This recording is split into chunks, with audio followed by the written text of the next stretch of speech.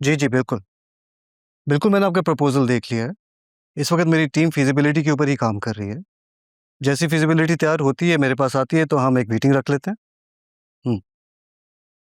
चलें जहांगीर, मैं आपको जैसे ही आता है तो अपडेट करता हूँ, फिर हम इसके ऊपर बात करते हैं। Thank you. अस्सलाम वालेकुम।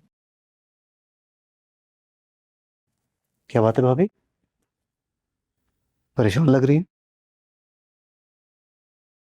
शबी अब इस मुल्क से जाने वाली है और एनी वो तो लगता है इस घर में पूरी तरह अपने पंजे गाड़ लेगी और हम कुछ नहीं कर पाएंगे। और आपको ऐसा क्यों लगता है कि मैंने कुछ नहीं किया होगा? मतलब कोई ऐसी बात है जो मैं नहीं जानती? बस ऐसे समझ लें कि एनी के इस घर में कुछ ही दिन बाकी हैं। मुमकिन है कि वो आज ही इस घर से चली जाए। हाँ, वाकई ऐसा मुमकिन है? जी। उसने जो मुझसे वादा किया था उसको निभाने का वक्त आ गया। तो फिर ठीक है, मैं शबी से कहती हूँ कि वो अब मुल्क से जाने का इरादा मुलतवी कर दे। देखिए भाभी, ये बात तो अटल है कि एनी का यहाँ पे रुकना नामुमकिन है, उसको कोई नहीं रोक सकता। लेकिन मैं चाहूंगा कि आप शबी पर भी दबाव ना डालें। मतलब उसे जाने दूँ? एक बात तो क्लियर है कि इस घर में जो भी फैसला होगा उसमें आखिरी आप ही की मर्जी होगी। लेकिन आप खुद सोचें, शबी की जो इस वक्त मेंटल स्टेट है, क्या वो ज़ावियार को अपनाएगी? आप भी जानती हैं कि शबी एनी की दोस्त है और ज़ावियार को भी उसने इस नज़र से कभी नहीं देखा। और फिर ज़ावियार का क्या, उसे कौन समझाएगा? मेरा ख्याल है इस वक्त शबी का जाने का फैसला बिल्कुल दुरुस्त है। इस तरह से दोनों को टाइम मिल जाएगा और तब तक एनी का नामो निशान भी मिट चुका होगा। ठीक कह रहे हो तुम, मैंने ऐसे सोचा नहीं था। तो आप सोच लें, चंद महीनों की तो बात है।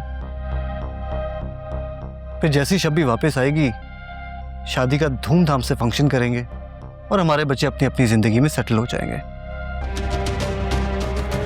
क्या कहती हैं?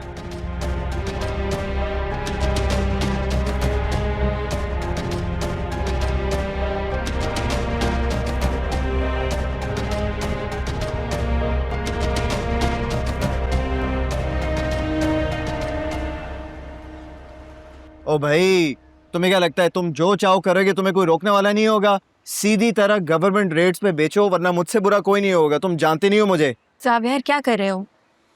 मैम मुझे हैंडल कर लेने दे ना। हाँ, तुम्हें क्या कह रहा था? ओ भाई, पागल वागल तो नहीं हो गया है?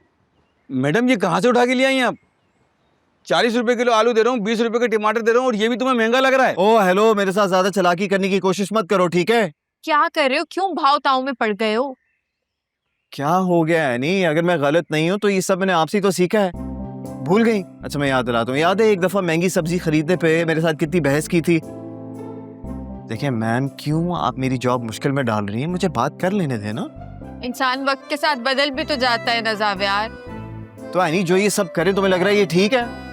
मेरे रोज का काम है, मैं डील करती रहती हूँ इन लोगों से। ये सारी सब्जियां ओवर प्राइस्ड हैं। ये जो रेट देंगे तुम खरीदने के लिए तैयार हो?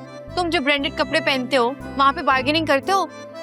1 रुपए कम कर दे, 2 रुपए कम कर दे, उसमें तो तुम प्राइस टैग भी नहीं देखते हो। और बल्कि पता नहीं कितने 1000 और 999 रुपए का बिल बनता है, ऊपर से 1 रुपया देकर ही आते हो। ये लोग गरीब हैं, मेहनत कर रहे हैं, थोड़े पैसे दे दोगे तो क्या हो जाएगा? हाँ वैसे बात तो तुम्हारी ठीक है। चले भाई, सारी सब्जियां पैक करें। कितने हो गए? ये 150 रुपए। ये छोड़ो यार, क्या 150 रुपए, सारे रखो। ये लो लाओ 2 सब्जी। ये क्या कर रहे हो? पैसे दे रहा हूँ। अब क्या इस पे भी एतराज है? चले मैडम, और भी शॉपिंग करनी है, रखें। ये हम लेके जा रहे हैं। अच्छा। चलो बस हो गया, चलो आ जाओ। चलो इसके चलो साथ चलो आ गई चलो। हूँ मैं। थक गए हो?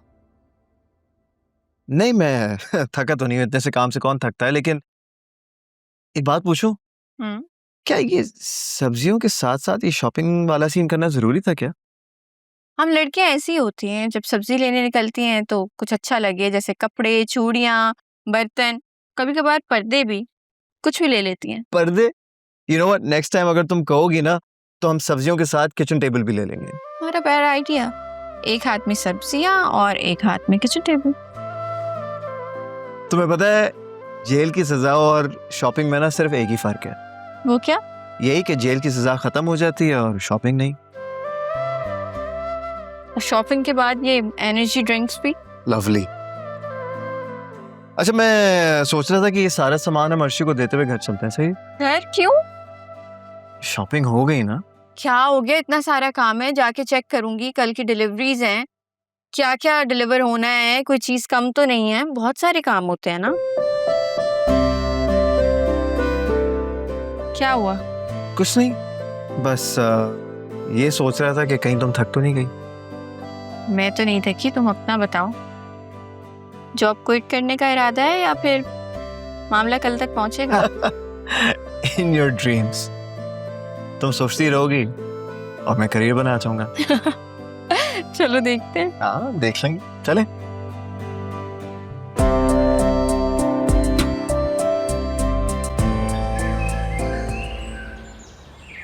शकील, मैं कह रही हूँ मुझे इस कमरे से बाहर निकाले, वरना मैं ऐसा कुछ कर जाऊंगी जिसका आपने कभी सोचा भी नहीं होगा।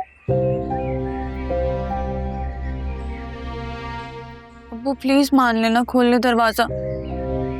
अगर इनको कुछ हो गया तो? कुछ नहीं होगा ऐसे, तुम जानती नहीं हो। रहने दो अंदर ही। अब कब तक मुझे बंद करके रखेंगे?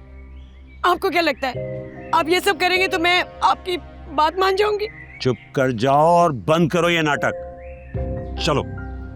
मेरा रोना पिटना आपको नाटक लग रहा है?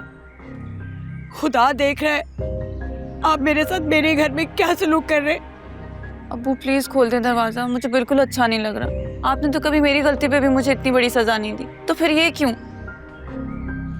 क्योंकि अब हद क्रॉस हो गई है बेटा। सुन रही हो अपनी बेटी की बातें? इतने जुल्म के बाद ये तुम्हारी फेवर में बोल रही है। कुछ तो ख्याल करो। माँ हूँ उसकी, प्यार करती है मुझसे, आपकी तरह जालिम नहीं है। तो तुम भी प्यार करो ना। अब मुझे इस कैद से तो आजाद करें। एक शर्त पे तुम इस कैद से निकल सकती हो। अगर तुम वादा करो कि निदा की शादी में कोई मुदाखलत नहीं करोगी और आज के बाद घर में कोई तमाशा नहीं होगा, तो तुम बाहर आ सकती हो। आप जो कहेंगे वैसा ही होगा। बाहर निकल के मुकर तो नहीं जाओगी?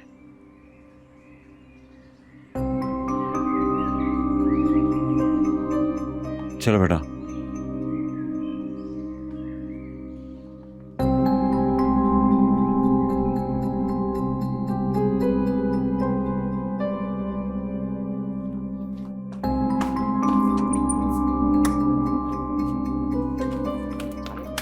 मैं जानता था तुम कोई ना कोई होशियारी जरूर करोगी। छोड़े मेरा हाथ, वरना मैं सारे मोहल्ले को इकट्ठा कर लूंगी। छोड़ दूंगा, लेकिन एक बात मेरी कान खोल कर सुन लो। अब अगर तुमने कोई मसला खड़ा किया या कोई तमाशा लगाया तो मैं और निदा ये घर छोड़कर चले जाएंगे। तो अपने जहाँ जाना ना आप जाएं, मेरी निदा कहीं नहीं जाएगी, है ना निदा? अम्मी, मैं अब्बू को कभी नहीं छोड़ सकती। अगर वो जाएंगे तो मैं भी जाऊंगी। सारे मुझे छोड़ के चले जाएंगे, मेरा तो कोई भी नहीं रहा। ये क्या कर रही हो किश्वर? खड़ी हो।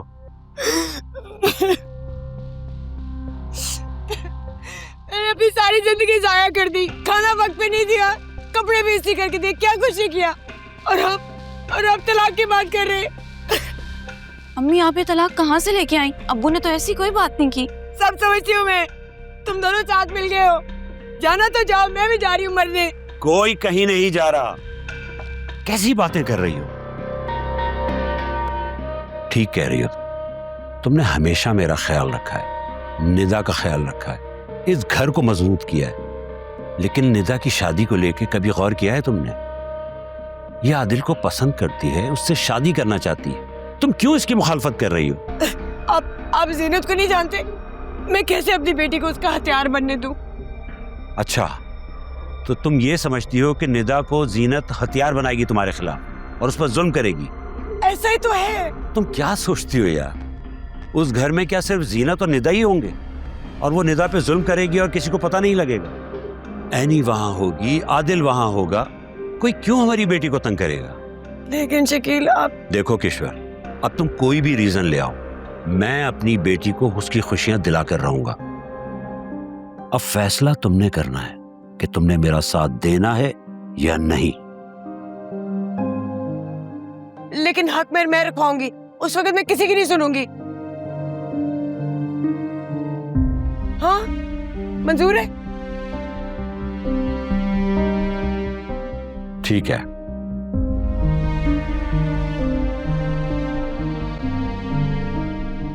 हाँ बेटा, खुश हो? थैंक यू अब्बू। सब मामला ठीक हो गया ना? चलो।